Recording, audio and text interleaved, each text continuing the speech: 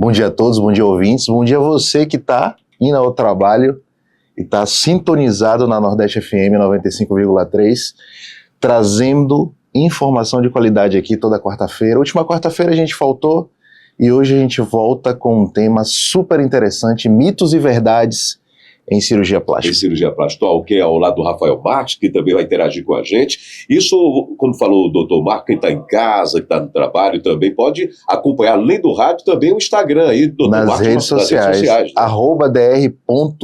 @dr.marcos_marcel. Sempre tem novidade. Sempre tem novidade. Vou fazer a pergunta primeira de hoje, falar sobre mitos e verdades na cirurgia plástica. Ô, doutor Marcos, é verdade que não existem restrições para passar por uma cirurgia plástica? Mito, tá? Existem restrições sim, principalmente em pacientes que são portadores de alguma comorbidade. O que é isso? Uma doença, tá? O paciente que é portador de uma comorbidade, ele pode realizar uma cirurgia plástica, ele pode realizar desde que essa doença ela esteja controlada, compensada e esse paciente ele esteja acompanhado pelo seu médico assistente. Então, existem algumas restrições. Outro exemplo é paciente que é tabagista, paciente que está em uso de alguma medicação, por exemplo, para emagrecimento. Então, existe um critério de suspensão antes dessa cirurgia, paciente que faz uso de uma AS, que é o ácido acetilsalicílico. A gente recomenda que ele suspenda essa medicação 15 dias antes, porque pode interferir na coagulação durante o procedimento cirúrgico. Pacientes tabagistas, a gente recomenda que ele deixe ou pare de fumar pelo menos 90 dias antes do procedimento cirúrgico e após ele não fumar pelo menos 30 dias. Então, existem restrições sim, tá? E esse paciente tem que ser orientado, principalmente através de uma anamnese detalhada no primeiro momento que ele faz uma consulta com o seu cirurgião de escolha. Doutor Marcos, e a cirurgia plástica ela pode ser feita em qualquer idade? Existem algumas faixas etárias, tá? Eu vou dar exemplo aqui, por exemplo, de 5 a 7 anos tem uma cirurgia muito realizada, principalmente em crianças, que é a otoplastia, que é a orelha de abano, tá? Então muitos pais procuram a realização dessa cirurgia porque a criança começa a sofrer bullying na escola, apelidos, né? Então isso pode atrapalhar um pouquinho o seu rendimento escolar. Então um exemplo é essa cirurgia que normalmente a gente realiza de 5 a 7 anos na criança, tá? Existe outra cirurgia que a gente pode realizar, digamos que na fase da ebiatria, que não é mais adolescência, é o termo técnico, né? Que é a rinoplastia, que a gente pode realizar a partir dos 15 e 16 anos, onde o crescimento ósseo ele começa a ser finalizado, tá? E tem também as pacientes que são portadoras de gigantomastias, mamas gigantes, tá? Então a gente recomenda que essa cirurgia seja indicada pelo menos 2 anos a partir da menarca, que é a primeira menstruação, que tem uma relação muito intrínseca com a fase hormonal dessa adolescente, né? E, de uma forma geral, a nossa recomendação é que todas as cirurgias elas sejam indicadas a partir de uma maturidade, que normalmente vem a partir dos 17, 18 anos de idade, para que a gente tenha uma segurança, principalmente na escolha nesse momento. Nós estamos conversando com o cirurgião plástico, Dr. Marcos Marcel, falando sobre mitos e verdades na cirurgia plástica. É verdade, doutor Marcos, que mulheres são as que mais procuram por procedimentos? Verdade. Então, segundo a Associação Internacional de Cirurgia, tá? Sociedade, no ano passado, 88% de todas as cirurgias realizadas no mundo foram realizadas... 88% foram realizadas em mulheres, tá? Então, o que preenche aí, o restante é o quê? Homens, né, que ainda tem uma certa resistência, né? Hoje tem uma cirurgia muito em voga, principalmente aqui no Brasil e no exterior, que são as cirurgias realizadas em transgêneros, tá? Feminização, mastectomia masculinizadora, tá, que está muito em voga, que está dentro desse percentual. Mas 88% ainda de todas as cirurgias plásticas realizadas no mundo são realizadas em mulheres, então essa pergunta é verdade. Rafael. Doutor, é mentira que não é necessária nenhuma preparação para poder fazer qualquer cirurgia plástica? Isso é mito, até porque temos uma pandemia de obesidade, né? Hoje a obesidade é um problema de saúde pública, tá? Que traz para o sistema de saúde nosso um custo muito elevado, principalmente em internações. A principal causa de mortes, tirando trauma, são as doenças cardiovasculares, tá? Então a síndrome metabólica, que tem uma relação com a obesidade, ela traz o AVC, o infarto, tá? Então a maioria dos nossos pacientes, eles precisam de um preparo prévio, porque nem todo mundo chega com níveis de um preparo físico e de saúde adequado para a realização de uma cirurgia plástica. Então o sucesso e a longevidade da cirurgia plástica, ela está muito associado a esse preparo, que a gente chama de preparo pré-cirúrgico, que a gente vai avaliar através de uma bioimpedância, massa gorda, massa magra, gordura visceral, que é a gordura mais inflamatória, que tem uma relação muito intrínseca com o aparecimento dessas doenças, esquecido o diabetes, que hoje é uma das principais causas de amputação de membros inferiores, né, que a gente chama do pé diabético, né, além de cegueira, acidente vascular cerebral, as próprias doenças cardiovasculares. Então, o preparo pré-cirúrgico, até para a realização de uma cirurgia plástica, é de extrema importância. Então, hoje, trabalhar em equipe interdisciplinar é quase que indispensável para aquele paciente que procura uma cirurgia com segurança e longevidade. O ouvinte pergunta, é verdade a cirurgia plástica é somente para estética, doutor? A cirurgia plástica é somente para estética? Mito ou verdade? Mito. A cirurgia plástica, ela foi, nos primórdios, ela começou com a cirurgia reparadora, principalmente na Segunda Guerra Mundial. Sim. Tá? Os soldados que voltavam, né, amputados de guerra, com sequelas, mutilados, e a partir daí a gente começou a desenvolver técnicas e táticas cirúrgicas para reconstruir, né, essas pessoas. Então, a gente tem a cirurgia reparadora, que é uma vertente da cirurgia plástica que tem hoje uma função social muito importante, tá?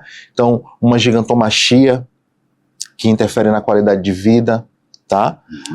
Uma microcirurgia que faz um transplante de tecido, até de membros, né? Se num tempo adequado a gente conseguir levar esse membro para um serviço especializado. A cirurgia do trauma, as queimaduras, tá? As deformidades crânio-faciais. Então, a cirurgia plástica, ela é uma especialidade fascinante, porque além da gente reconstruir, a gente consegue reinserir esse paciente socialmente, né? Que muitas vezes ele tem uma sequela, ele não quer sair de casa, ele não quer ir para a escola, sim. Ele não quer trabalhar, né? Então, olha a importância.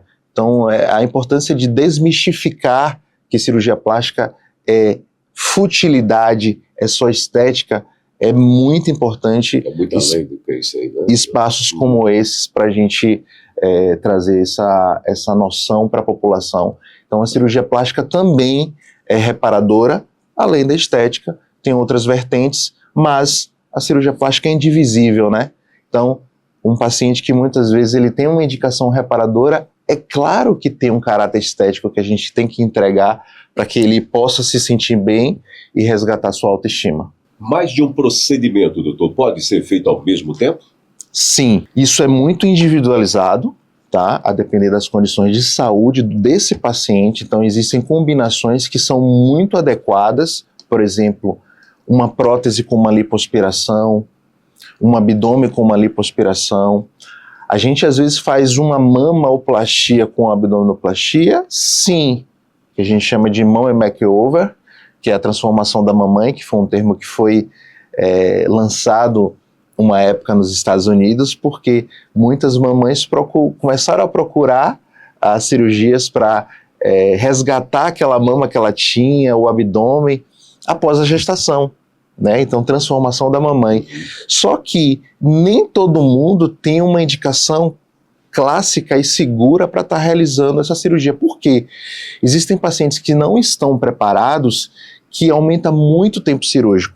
É muito importante fazer essa personalização e indicação cirúrgica, porque a nossa filosofia de trabalho sempre é promover saúde e realizar a cirurgia com segurança. É verdade que não existe nenhum risco, é mito que não existe nenhum risco na cirurgia plástica? Mito, né? É mito, né? Cirurgia plástica é como qualquer outra cirurgia, tanto que a gente faz antes cirurgia geral, né? Cirurgia plástica é uma subespecialidade da cirurgia geral. Então, cirurgia plástica, ela é como qualquer cirurgia outra, tá? Então, tem os mesmos riscos, tem um risco cirúrgico, tem um risco anestésico, tem um risco do pós-operatório, se não for seguido de forma adequada. Então, tem vários riscos e, a depender da cirurgia, a gente orienta como o paciente ele pode minimizar esses riscos para que ele tenha segurança no procedimento e fique feliz com sua cirurgia. Doutor, no caso da lipoaspiração, de fato ajuda a perder peso? Isso é talvez uma das perguntas que eu mais recebo. A lipoaspiração, ela não emagrece, tá? A lipoaspiração, ela foi idealizada para você tratar uma gordura localizada. Então, tem muita gente ainda que não quer praticar atividade física, que procura a lipoaspiração para emagrecer. Pelo contrário, vai te trazer mais riscos você fazer uma lipoaspiração, por exemplo, com uma gordura visceral muito aumentada, muito acima do peso. Então, além de você colocar a sua saúde em risco, você não vai ter um resultado adequado, tá? Porque a lipoaspiração, ela é idealizada para você queimar aquela lipodistrofia que a gente chama, aquela gordurinha doente, que a gente não consegue queimar na atividade física. Então, ao contrário do que pensam, a lipoaspiração é para paciente saudável. Sério? É para paciente saudável. Por quê? Porque a gente de cara vê que ele não tem um índice de gordura visceral aumentada, por exemplo. Então, o paciente que está acima do peso, Rafael, parte dessa gordura, ela é reservada, ela é armazenada em forma de gordura visceral. Gordura visceral, pessoal, para quem está ouvindo, é aquela gordurinha que ela recobre os órgãos internamente. Então, não tem cirurgia para a gente diminuir essa gordura internamente, tá? Como é que a gente vai melhorar essa gordura? Com atividade física. Às vezes com medicação, se ele tem uma comorbidade. Às vezes fazendo uma reposição hormonal, principalmente aquelas pacientes que já estão na fase de menopausa, climatério, tá? Então, lipoaspiração é indicada para paciente saudável, para paciente que malha, para paciente que tem hábitos saudáveis. Então, o paciente que procura lipoaspiração acima do peso, ele está colocando, de certa forma, a sua vida em risco. Que papo legal, gente. Olha que informações importantes aqui no programa Cidade em Pauta de hoje, com o doutor Marcos Marcel, cirurgião plástico. Para finalizar, doutor, as cirurgias plásticas apresentam resultados imediatos, mito ou verdade? Mito, tá? A cirurgia plástica, ela apresenta resultados tardios. Por quê? Porque ela tem muito a ver com a cicatrização que a gente realiza para fazer uma cirurgia plástica. Então, a maturidade da cicatriz, Lucival, ela se dá em torno de 12 a 18 meses. Então, nos primeiros meses, a paciente vai ter edema, aquele inchaço, tá? A pele ela vai começar a se acomodar. Então, aí entra a importância de uma equipe de pós-operatório.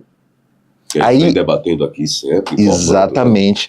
Aí entra a importância de uma equipe de nutrição, nutrologia, porque essa qualidade cicatricial tem a ver com o que também? Com o que você come. Então, esse resultado, ele vai ser tardio, tá? Então, existem cirurgias, vou dar um exemplo, como a rinoplastia, por exemplo, que você vai começar a ver o resultado a partir de 12 meses. 12 mil anos. Às vezes tem paciente que com 2 anos ele ainda tem um edema residual. Então, a paciente que opera essa semana, ela não vai ver o resultado da sua cirurgia. Então, às vezes isso mexe muito com o psicológico da paciente, porque muitas vezes ela vê uma mama muito inchada, ela vê uma abdominoplastia que ela fez, uma lipoaspiração, e ela não vai ver o resultado daquela cirurgia de forma imediata. Então, de uma forma geral, os pacientes começam a ver o resultado em cirurgia plástica em torno de 90 a 120 dias, quando esse edema ele começa a regredir. Eu sempre falo que o paciente ele faz parte da equipe, né? Porque eu dependo também que ele fique feliz, eu dependo do resultado dele, né? A gente vive de resultado. Então, ó, a partir de hoje você faz parte da equipe, você é co-participador do seu resultado. Então, eu não sei o que ele está fazendo agora, meu paciente aí que está assistindo, eu não sei o que ele está fazendo agora aí em casa. Será que ele está seguindo a orientação que a gente recomendou? Será que ele está seguindo algumas restrições que a gente recomenda para que a sua cirurgia ela tenha uma longevidade e um sucesso? Então isso é muito variável.